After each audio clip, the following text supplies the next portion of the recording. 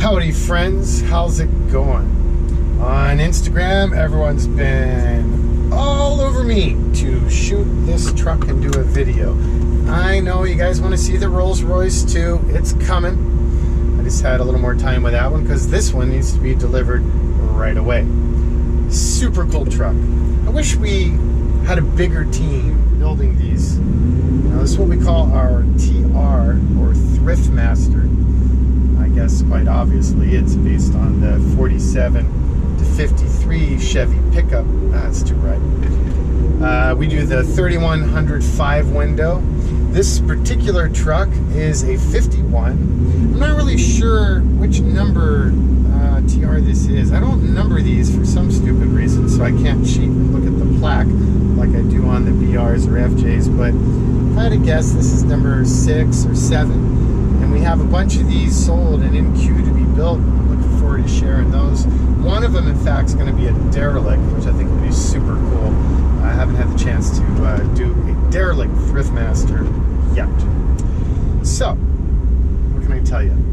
Let's start at the front and come to the back. First of all, as I said, it's a 51. So they change slightly every year, right? Being a 51, it has these cool wing windows, a couple other minor changes, but the wing windows are super cool. Although the aftermarket weather stripping form sucks. So the rubbers we have on this is from one supplier, and I just found a US supplier. So I'm going to reorder those before I let my client have it. I also noticed for some reason there's like harmonic feedback on these with the rack and pinion steering. So at low speed, mostly turning left, you get a little bit of like coming back through, and that bugs me and it bugs my client. So we're going to try one of those Flaming River sort of fancy pants rag joints that has some rubber in it, which should help control that noise. So we shall find out soon enough. If it does, like always, I'm trying to make the trucks better and better. So if that is a better solution, it will be integrated into all of them here forward. So, at the nose, stock bumper, stock grille, custom complicated front hood badge with super cool high detail CNC'd ICON Lism. The main surround is also CNC. That, as well as all the other trim, stock or designed by us, is all nickel plated and brushed. Something about that nickel finish I really like. Well, granted, it shows every fingerprint possible, so a little extra time to put into it to keep them clean and happy. But it does seem to be a nice and durable finish, and it just changes the vibe of the truck also slightly, subtly. So I'm all about that. We have the drop-down door handles, again due to the year. Bear claw latches, which are taking forever to set up. If anyone has experience with those and is able to do them better than I am, I want to learn your tricks. Personally, I'm about ready to not do it next time. Just restore the truck with the stock handles, latches, and catches. The bear claw is supposed to be more precise and all that, but we just hemorrhage hours trying to get them.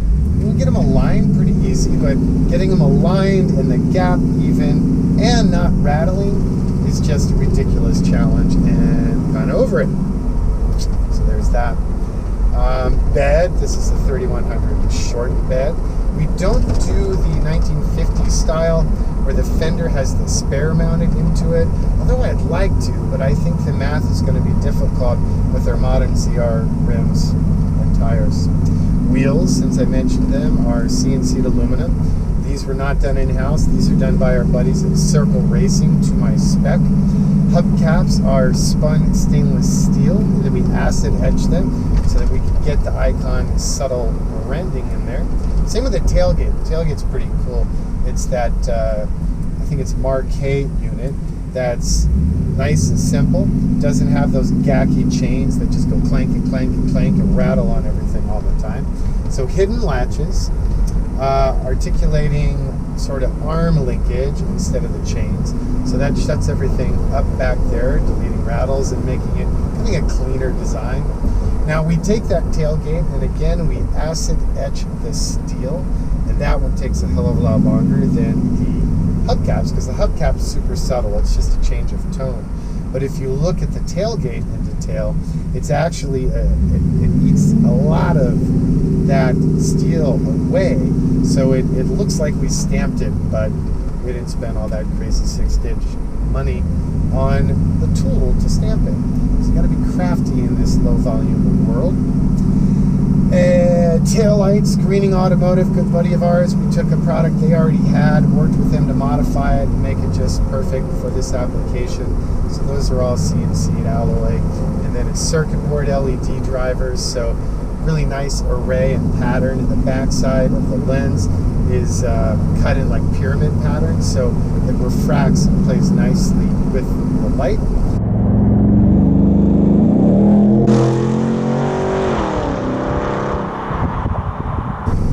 Previous Thriftmasters, you may have noticed, we tried many different license plate brackets. I think our lights, not brackets, sometimes resulting in needing a bracket. This one's the best. I think I'm going to stick with this here Ford. It's more subtle, it does the job, and less parts required. Can't beat that.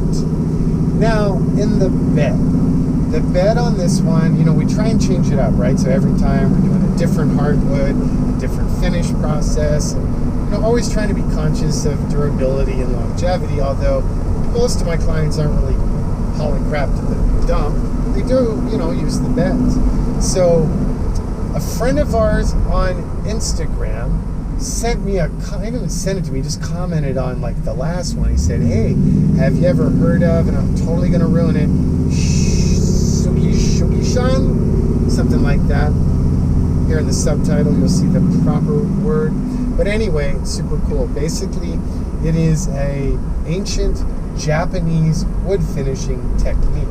Now, it was mostly originally used by like Japanese fishermen on seaside homes to control rot, mold, mildew, and just general aging of the wood. So it's a process wherein you fast char burn the wood and then rub out the char until it's clear and clean, and then we follow that up with like a matte oil-based marine finish, and the end result is just so pretty, like super subtle. The aesthetic of this truck, you know, with this cool pond scum green, that's what we call it. So it looks black, sometimes looks blue, but it's really a deep dark green. So that with the super dark wood, c'est bon, I love it. So I think I'm curious about that technique. And by the way, the guy who reached out to us, I reached back out, you know, to learn about what the heck he was talking about. And I'm like, hey, by the way, what do you do? Turns out he's an expert wood craftsman and finisher. His business focuses predominantly on custom railings. And I'm like, all right, it's your bright idea. You do it. So we took advantage of his expertise and previous experience and had him do the wood for us, and we're really happy to have done that collaboration. And I think, you know, I'm a sucker for story, right? And that just added one more story to the truck. We also did the usual fuel tank under the bed because we put our stainless tank in the rear to help with the weight balance. And then at the client's request this time, we also added 4 flush tie-down anchors. Tail lights we talked about, reverse lights, super subtle, but that hole in the bed rail, super hard to paint normally. So instead of putting a cap in there, we're like, I know, let's make it useful so it has reverse lights. We also hid a reverse camera by Kenwood, down low, flush in the rear spat panel right below the bed, and that's really helpful in this truck because you really can't see what's going on behind you. This one is taller stance-wise than the previous Thriftmaster build. I don't like them too low. You know, we leave it up to the client, and we have maybe 3-4 inches of control over ride height. This one's tall. We just figured out how to do them even taller. In fact, the Thriftmaster Derelict we're going to be building will be that new height. But this one to me is a nice balance of retro and performance. And the ever so important mandate of the front bumper is tall enough not to hit U.S. regulation parking berms. You know, those annoying stoppers that when you're in a hot rod or a custom, you pull up to the space and you go a little too far and you hear that horrible and you blow up your front bumper and screw up your plating. Ugh, just hate that spine tingle. Okay, mechanically, our buddies at Art Morrison, who are our partners on this chassis and pretty much all of them, recently evolved the Thriftmaster to the best of their front independent suspension, which was not the previous norms. Sport IFS is integrated in this truck. I love it. And then on this truck, we did the 4-link rear with coilover shocks all the way around. We have Willwood boosted disc brakes all the way around, and rack and pinion power steering, 20-to-1 ratio on this particular truck.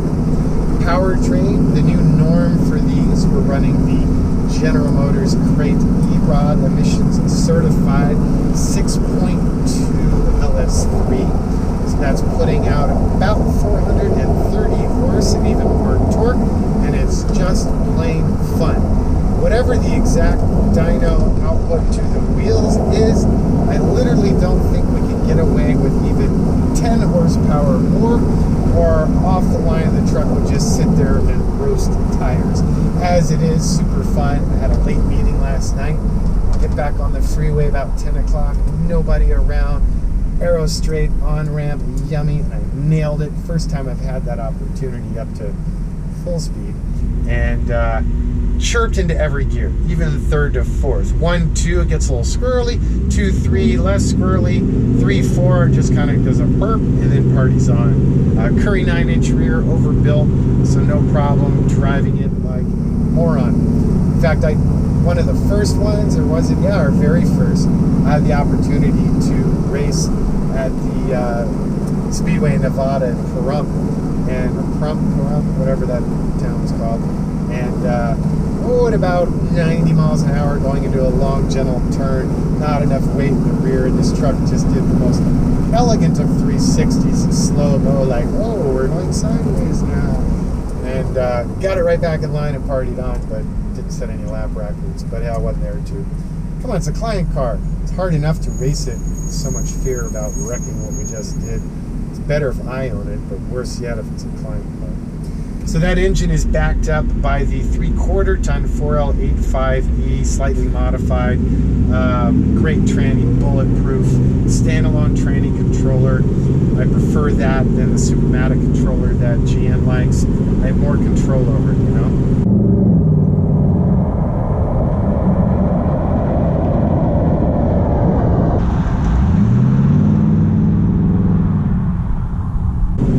Recently redesigned parking brake, so now instead of the lever, again it rattled, we went to that new e-stop, which is an electronic parking brake, so you have a warning light, a warning buzzer, so you can't do anything stupid, but you just hit this nice CNC button on the dash, engages the parking brake way better than the traditional cables do.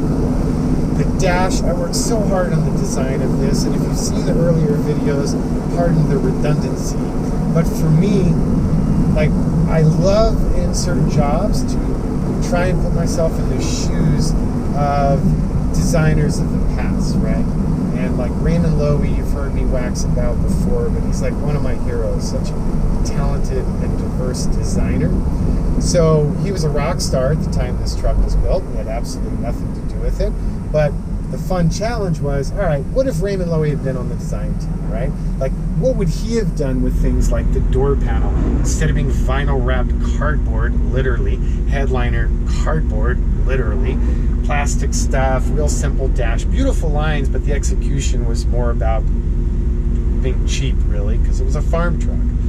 Rear view mirrors, armrests, seat hardware.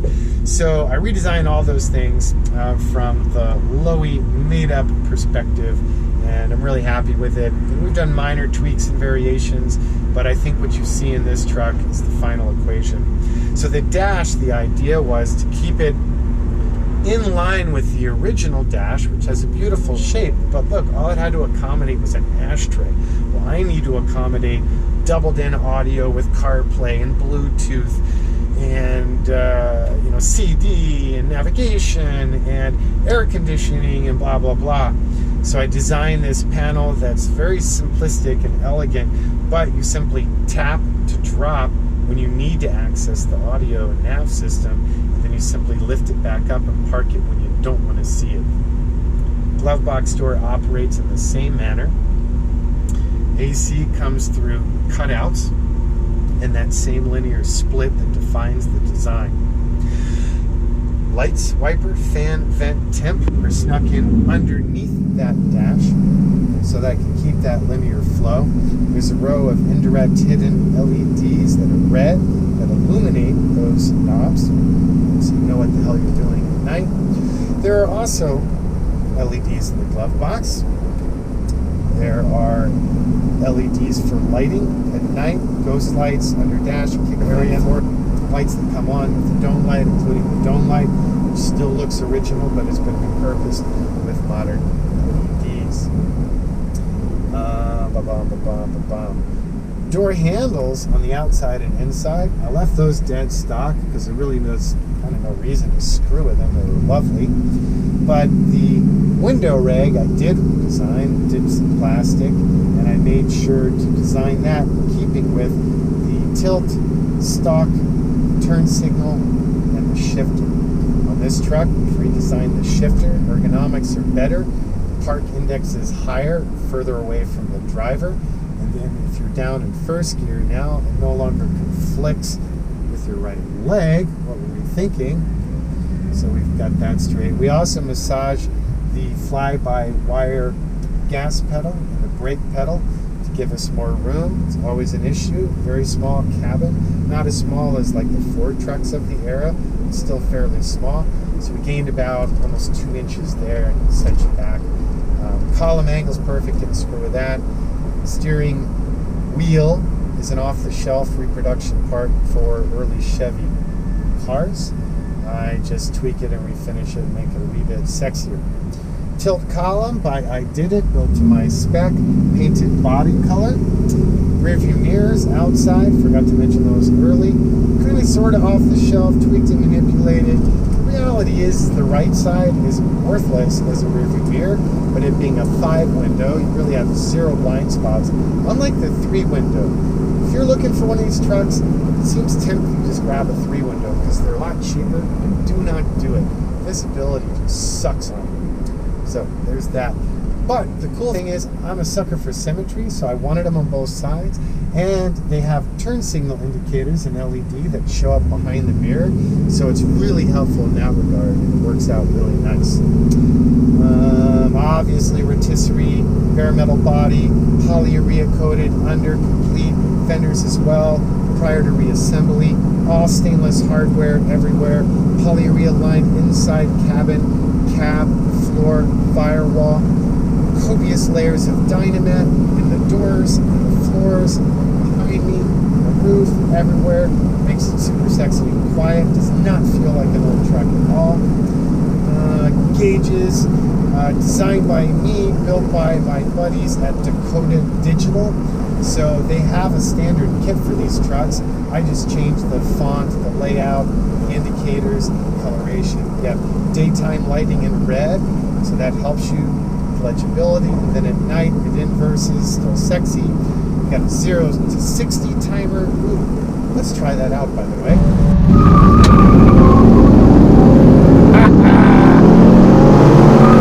Damn, that's fun. It's just no other way to describe it. These trucks are literally a sports car masquerading as a pickup. I love building stuff like this. My team did such a great job. You also have check engine and, parking brake and all the indications you will ever need.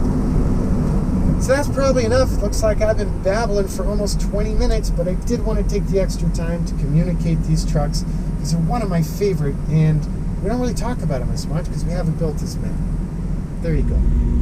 Appreciate your support as always. Any questions, reach out to us. ICON4x4.com, Instagram, ICON4x4, Twitter, ICON Design, old school phone. We actually still have one, 818-280-3333.